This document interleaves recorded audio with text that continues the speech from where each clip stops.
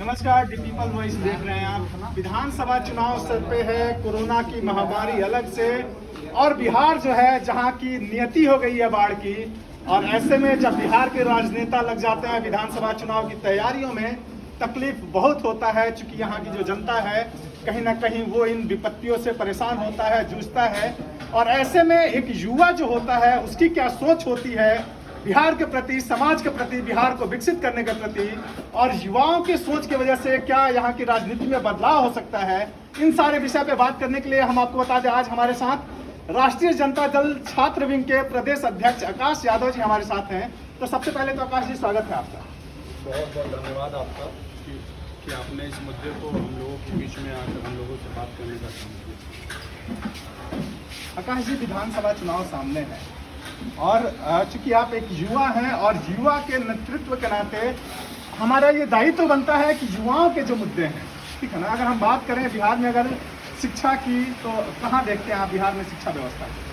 सबसे पहले तो एक बिहार के और एक देश के जिम्मेदार नागरिक होने के नाते और आदरणीय श्री लालू प्रसाद यादव जी के सिपाही होने के नाते हमारे सामने में मुख्य जो हमारे सामने जो समस्या है वो चुनाव नहीं है, बल्कि वो बीमारी है, महामारी है। और वो भी एक एक महामारी नहीं, एक कोरोना महामारी तो है ही, साथ में भाजपा और नीतीश महामारी भी अभी हम लोग के सामने में है।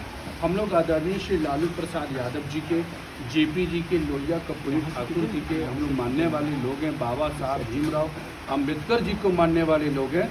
हम लोग राजनीति में नहीं बल्कि हम लोग लोक नीति में विश्वास रखते हैं, जिसको मानने वाले लोग अभी चुनाव में नहीं बल्कि गरीब जनता की सेवा करने में लगे हैं। और बिहार के अंदर में जिस प्रकार से चुनाव का जो चर्चा नीतीश कुमार जी के द्वारा कराया जा रहा है, ये बिल्कुल बिहारियों के साथ अत्याचार, अपने ज़मीन को बेचकर, बाबा भीमराव अंबेडकर, कर्पूरी ठाकुर, लोहिया जी के आदर्शों को बेचकर नीतीश कुमार जी ने सामंतवादी के गोदी में जाकर चुनाव कराने के जो जिद पे आ रहे हैं उसको हम लोग सफल होने नहीं देंगे। उसको सफल होने आप नहीं देंगे, लेकिन बिहार में जो पॉलिटिकल पार्टीज हैं, चाहे वो भारतीय जनता पार्टी की बात हो, चाहे वो जनता दल यूनाइटेड की बात हो, जो सत्तारूढ़ है, जो सत्ता में बैठे हुए लोग हैं, वो तो पूर्ण रूप से लगे हुए हैं, चाहे वो डिजिटल हो, चाहे वो जो भी माध्यम हो, वो तो कर रहे हैं अपनी राजनीतिक तैयारियां। तो इसमें राजद कहीं पीछे नहीं है? मैं आपको थोड़ा स्पष्ट कर दूं कि राष्ट्रीय जनता दल का एक एक सिपाही जिस दिन से कोरोना महामारी का चर्चा विदेशों में था, जिसमें देश के माननीय प्रधानमंत्री डोनाल्ड ट्रंप जी का स्वागत कर रहे थे, जिस समय देश के प्रधानमंत्री यहाँ पे विदेशियों को भारत बुला रहे थे, उस वक्त हमारे नेता तेज प्रताप यादव भैया देश के प्रधानमंत्री और बिहार के स्वास्थ्य मंत्री अमंगल पांडे को जगा रहे थे और गरीबों के बीच में मास्क, सैनिटाइजर, साबुन बंटवाने का काम कर रहे थे, कोरोना के प्रति जागरूकता फैलाने की बात कर रहे थे। भारतीय जनता पार्टी के लोग, जनता दल यूनाइटेड के लोग कुर्सी पाने के लिए इतने बेचैन थे, सत्ता के कुर्सी पर बैठने के लिए इतना बेचैन थे कि आज देखिए कि सत्ता की कुर्सी पर बैठने वाले लोग आज अस्पताल के बिस्तर पर जाकर लेट गए हैं कोरोना महामारी से। हम ईश्वर से प्रार्थना करते हैं कि जदयू और भाजपा के तमाम लोग जो कोरोना महामारी से ग्रसित हैं उन्हें ईश्वर जल्द स्वस्थ करे, और बिहार की जनता, गरीब जनता, शोषित जनता जो नीतीश और मोदी के महामारी से ग्रसित है, उनको जल्द से जल्द उनसे मुक्ति मिलने का काम करे, ये हम ईश्वर से प्रार्थना करते हैं। सरकार जो बिहार सरकार है, बिहार सरकार इस बात को जानता है कि जो हमारे प्रवासी मजदूरों का गुस्सा है, जो हमारे छात्रों, नौजवानों का जो गुस्सा है, बिहार के व्यापारियों का जो गुस्सा है, मध्यम वर्ग के लोगों का जो गुस्सा है, वो गुस्सा चरम सीमा पार कर चुका है। और ये अगर चुनाव अभी नीतीश कुमार जी करवाने की इसलिए बेचैन है कि लोगों को बालू के नाम पे, दारू के नाम पे जेलें बंद करने का काम किया, कोरोना के नाम पे लाखों करोड़ों रुपए का घोटाला करने का काम किया, कोरोना के नाम पे हर चौक चौराहे पे पुलिस का ड्यूटी लगवा के लाठी से गरीबों को पिटवाने का काम किया। तो सरकार कोरोना के आड़ में डर का माहौल बनाकर, लोगों को भयभीत करके, गरीबों को अपराधी बताकर उनको घर में बंद करवाएगी और चुनाव में अपने पैसे वालों से, समाजवादियों से वोट दिलवाने का काम करेगी और सत्ता में आने के लालच में पड़ेगी। राजनीति की बात करें तो क्या लगता है क्या मुद्दे होने चाहिए बिहार के युवाओं के बिहार की राजनीति को लेकर? जिस वक्त से 2014 में देश के प्रधानमंत्री नरेंद्र मोदी जी ने जो देश के लोगों को बरगराने का काम किया, उनका सपना दिखाने का काम किया, 15 लाख रुपए खाता में, 2 करोड़ रोजगार, महंगाई, तमाम चीज़ों का जो झूठा वादा नरेंद्र मोदी ने करने का काम किया, वो आज देश की जनता के सामने में है। हम आपसे पूछना चाहते हैं, आपके खाते में तो 15 लाख नहीं आया होगा, राशन कार्ड में नाम नहीं गया होगा, आपके भाई भतीजा, आपके छोटे भाई को रोजगार तो नहीं मिला होगा, आपका गरीब भाई, आपका शोषित भाई तो अच्छे शिक्षा ग्रहण नहीं कर रहा होगा। 2015 में मैं आपको थोड़ा पीछे ले जा रहा हूँ, जब 2015 बिहार विधानसभा में जब बिहार में सरकार बनी महागठबंधन की, आदरणीय श्री लालू प्रसाद यादव जी के नाम पे जो बिहार के तमाम लोगों ने बिहार में महागठबंधन को जिताने का काम किया, उस वक्त पूरे देश में सबसे बड़ा युवा कैबिनेट अगर कोई था तो वो हमारा बिहार विधानसभा था। और बिहार विधानसभा में युवा कैबिनेट होने का फायदा अगर किसी को मिला है तो वो सीधे सीधे हमारे बिहार के छात्र युवाओं को मिला है। तेज प्रताप यादव भैया उस वक्त स्वास्थ्य मंत्री हुआ करते थे 2015 बिहार विधानसभा में। जब वो बिहार के स्वास्थ्य मंत्री थे तब बिहार को 5-5 मेडिकल कॉलेज हॉस्पिटल देने का काम किया गया। जब वो स्वास्थ्य मंत्री थे तो फर्जी डिग्री बांटने वाले एएनएम के कॉलेजों का मान्यता को रद्द करने का काम किया गया। जब वो स्वास्थ्य मंत्री थे तो फर्जी प्राइवेट नर्सिंग होम, जो जितना फर्जी नर्सिंग होम था उन तमाम नर्सिंग होमों को, जितना फर्जी नर्सिंग होम था उन तमाम नर्सिंग होम को बंद करने का काम किया गया। जितना बिहार में फर्जीवाड़ा गरीबों को शोषित करने, गरीबों को जो शोषण किया गया प्राइवेट अस्पतालों के द्वारा, उन जगहों को बंद करवाने का काम। तो हमारा जो बिहार विधानसभा चुनाव का जो मुद्दा होगा, ठीक है, हमारा जो बिहार विधानसभा का जो चुनाव का मुद्दा होगा वो बिल्कुल जनता का मुद्दा होगा। ये हम सपना लोगों को ये नहीं दिखाएंगे कि आपके खाते में 50 करोड़ दे देंगे, 20 लाख करोड़ दे देंगे, 15 लाख रुपए, ये सब सपना नहीं होगा। हमारा मुद्दा बिहार के 14 करोड़ आबादी जो हर दिन एक समस्या से लड़ रहा है, वो समस्या हमारा मुद्दा होगा।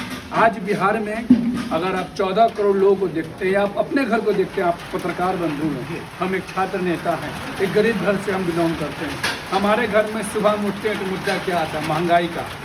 चावल हो गया इतना रुपये किलो, दाल हो गया 100 रुपये किलो, तेल हो गया 200 रुपये किलो। जब खाना पीना का मुद्दा शांत होता है तो बेटा का, बेटी का, भाई का, भतीजा का कॉलेज का महंगा फीस देना है, फीस बढ़ा हुआ है, फीस महंगा हो चुका है, उस पर सरकार ने ध्यान दे रहा है। जब उसके बाद घर में किसी का तबीयत खराब है तो उसका दवाई दारू, उसका मेडिकल इलाज महंगा हो चुका है।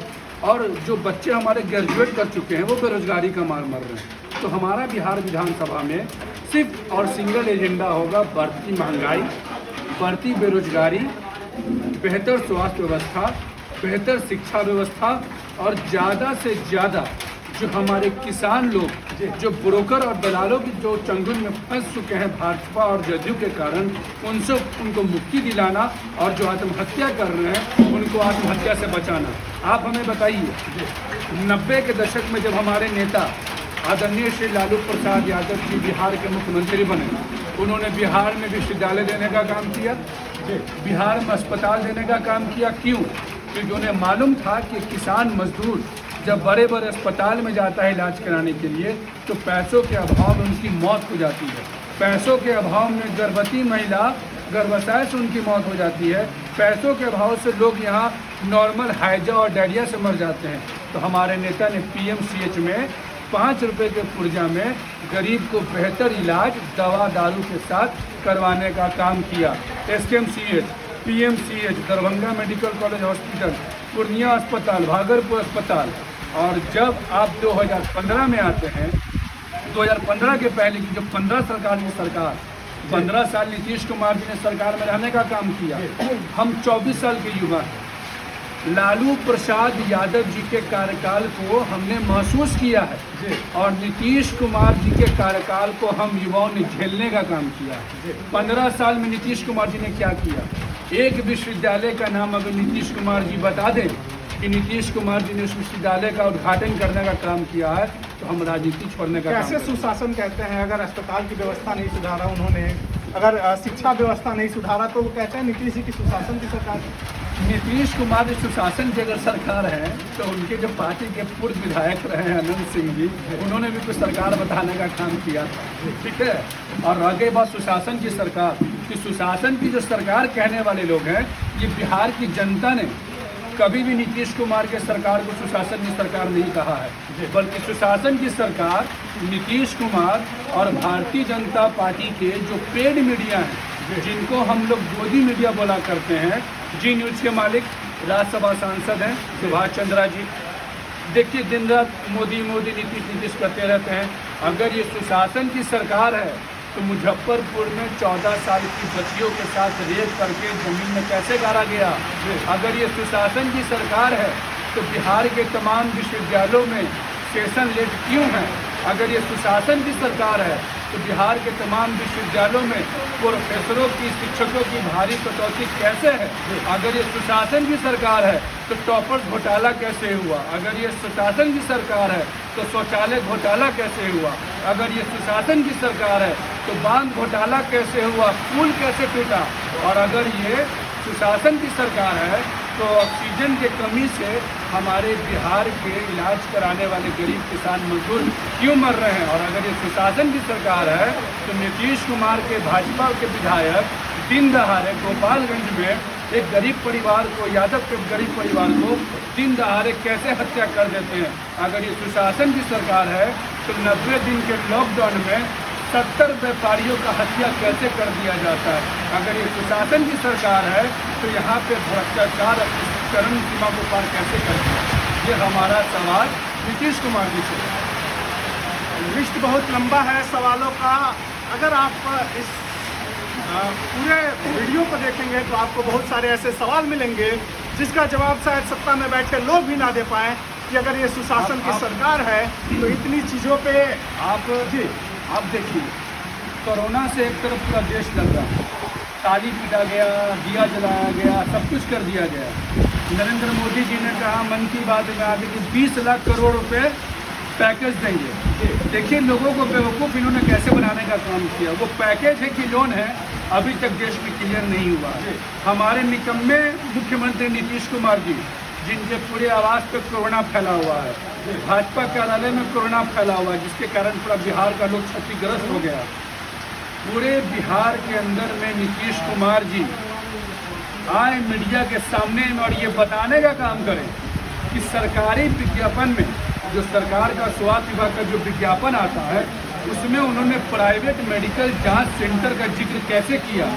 एक तरफ आप कहते हैं कि कोरोना का जांच मुफ्त हो रहा है, उसी विज्ञापन में आप साइड में लिखते हैं कि कोरोना का प्राइवेट जांच 2500 रुपये के दर में इन सरकारी प्राइवेट संस्थानों में किया जा रहा है। क्या गरीबों तक मास्क पहुंचा? क्या गरीबों तक आहार पहुंचा? क्या गरीबों तक सैनिटाइजर पहुंचा? यहाँ तक कि अभी तक मास्क और सैनिटाइजर पे से GST नहीं हटा। मुखिया लोगों को आपने कहा कि आप दे रहे हैं मास्क बंटवाने के लिए, नीतीश कुमार जी को यहाँ तक जानकारी नहीं होगा कि जो 9 लाख और 15 लाख रुपये जो मुखिया को देने का काम किए हैं, बिहार की जनता के साथ साथ नीतीश कुमार जी ने बिहार के माननीय जनप्रतिनिधियों को भी ठगने का काम किया है। 90 दिन तक घर में सोते रहे, कहीं कुछ बुगाहट नहीं है। एक तरफ हमारा बिहार कोरोना से लड़ रहा है, भूखमरी से लड़ रहा है, आर्थिक मंदी से लड़ रहा है, किसान अपने आत्महत्या कर रहा है। दूसरी तरफ बाढ़, नॉर्थ बिहार बाढ़ की चपेट में आ गया है, पुल टूटते जा रहा है, घर वाले लोग बेघर होते जा रहे हैं। और ये नीतीश कुमार चुनाव में सत्ता में आने के लालच में ये अपने आँख का पानी को सुखा चुके हैं और चुनाव के लिए बेचैन हैं। हम पूछना चाहते हैं नीतीश कुमार जी से, इनकी औकात नहीं है। मैं आपके मीडिया के माध्यम से मैं कह रहा हूँ, इनके जितने मंत्री बने हैं, जितने भी मंत्री, जितने भी सांसद हैं, इनकी औकात नहीं है कि 70 घाट पुल का जाके निरीक्षण करें। इनके पथ निर्माण मंत्री का, उन्हीं के क्षेत्र में हम आए हुए हैं पटना सिटी में, पुल ढहा और वो इतने पुल नहीं। एक बात हम आपको कहना चाह रहे हैं, सरकार का चीज बहा पानी में। जी, जनता का ही। सरकार ने बनाया जनता के पैसे से, बहा पानी में। अगर वो पुल नहीं आप उस पार जा सकते हैं तो हम चैलेंज करते हैं पथ निर्माण मंत्री नंद किशोर यादव जी को कि वो टूटे हुए ब्रिज से उस पार चले जाए अगर वो ब्रिज नहीं है। मतलब अगर ब्रिज अगर ज्ञानवी से टूटता तो 4000 लोग मरते हैं, तब ये लोग मानते हैं कि पुल टूटा। यहाँ ये लोग लाश गिनती करवा रहे हैं, लाशों पे चुनाव करवाने वाले लोग हैं और ये चाहते हैं कि जब लोग आकर वोट दें तो वोट देने के बाद घर नहीं जाएं, शमशान घाट जाएं। ये सरकार का नियत है। ये सरकार शमशान घाट पे बात करती है, ये सरकार कब्रिस्तान पे बात करती है, ये सरकार मंदिर मस्जिद पे बात करती है, गुरुद्वारा चर्च पे बात करती है। ये सरकार अभी तक एक बार भी किसी अस्पताल का नाम अपने मुंह से कभी नरेंद्र मोदी जी को लेते हुए आपने सुना? स्वास्थ्य मंत्री को आज तक आपने कभी भी पीएमसीएच का, या फिर मैं पटना सिटी में हूँ, गुरु गोविंद सिंह अस्पताल का हालात देखने के लिए गए? जब लॉकडाउन आया तो सरकार ने कहा कि हम हर सरकारी स्कूल को क्वारंटाइन सेंटर बनवाएंगे। क्वारंटाइन सेंटर में प्रत्येक व्यक्ति को 100 रुपये से 150 से 175 रुपये देंगे। क्वारंटाइन सेंटर में लोग आत्महत्या कर रहे हैं। क्वारंटाइन सेंटर में पानी पीने का सही से नहीं है। और जब विपक्ष जब आप पे आरोप लगा रहा है तो है हिम्मत जदयू और भाजपा के लोगों में तो वो पूरे क्वारंटाइन सेंटर का निरीक्षण करवावे। सरकारी अस्पताल में जो अमंगल पांडे हैं, जब से वो स्वास्थ्य मंत्री बने हैं, बिहार का स्वास्थ्य व्यवस्था को खुद इलाज का जरूरत पड़ गया है। इस आपदा में भी